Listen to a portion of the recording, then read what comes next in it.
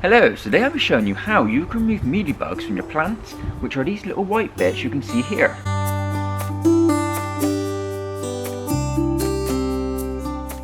So if you ever had a problem with garden pests before, mealybugs are basically the same as aphids, but they are actually a little bit more dangerous because not only do they actually feed off the plant off the top, they can actually also go down into the roots and make themselves root bound and do the same thing by sucking all the nutrients and stuff away, which will slowly wither and kill the plant. But today I'll be showing you how you can remove the mealybugs from the plant itself, and I'll be doing another video on how you can remove the mealybugs from the soil at a later date. So something very important as well is when you do discover that one of your plants has got mealybugs on it, is to remove it away, because you don't want the mealybugs spreading to your other plants. So the best thing to do is, once you find out that your plant has got mealybugs, is to then move it and put it in an isolated location where the mealybugs can't spread to other plants. So the first way we're going to be able to get rid of the mealybugs is with our hands. So the first way we're going to be doing them is by squishing them. Now you could use your bare hands, but it's probably better if you use a set of gloves because it doesn't feel quite right doing what we're doing. But you can just simply go around it and try and squish all the mealybugs on the plant.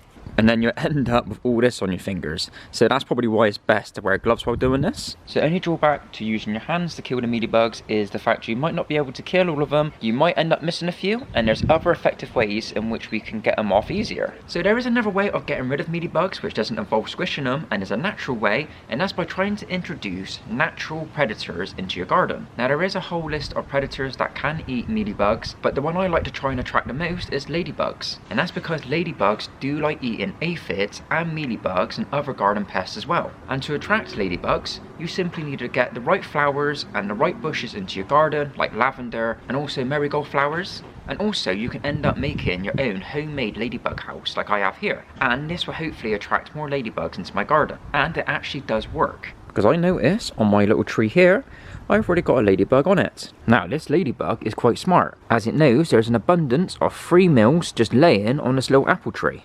But unfortunately, one ladybug isn't going to do the whole thing. So get some more natural predators to help you in the garden will help you get rid of your mealybug problem, and also save your hands from getting dirty from all the dead mealybugs. So now we're coming up to my favourite way of getting rid of mealybugs, and that's by using 70% isopropyl rubbing alcohol. Now the reason why this is so good against mealybugs is because mealybugs have like a wax layer, and this is able to go through the wax layer and dry out the mealybugs, and it's a very effective way of getting rid of them. Now, one important thing about using this rubbing alcohol is to make sure when you're using these steps is to use it when the sun is not on the plant. It's because you don't want the sun being on the plant as you're using the rubbing alcohol or any other water, because it could seriously damage the plant.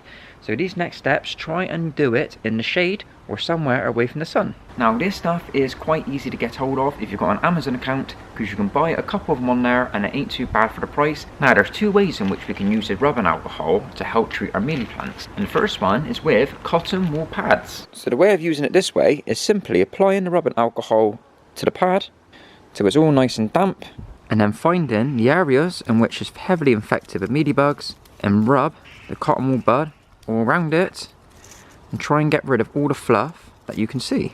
And in the end, your cotton wool bud will look something like this, where you just got to keep getting new ones and keep repeating it until you cannot see no more white fluff. So now that I think I've got most of the aphids off and I'm happy that I don't see much white anymore, we now have to rinse this plant off. So even though rubbing alcohol is very good at getting rid of the mealybugs and the pests on your plants, you don't want to leave it on there for too long, because you don't know if the rubbing alcohol is going to end up damaging the plant. So once you know that the mealybugs have been treated, it's just simply give it a nice soak in after, just to try and clean up any rubbing alcohol that was on the plant.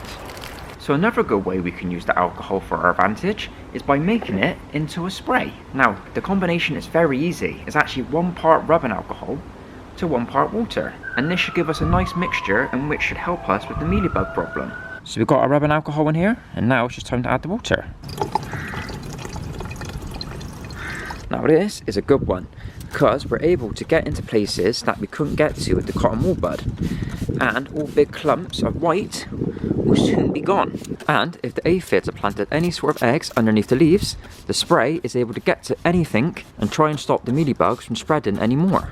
So now that we've sprayed the plant and we've let it settle for a little bit, it's now important to wash it off again with some water. Don't want the plant getting damaged by the spray, we only want to try and kill the mealybugs. So give it a good wash after you've done it.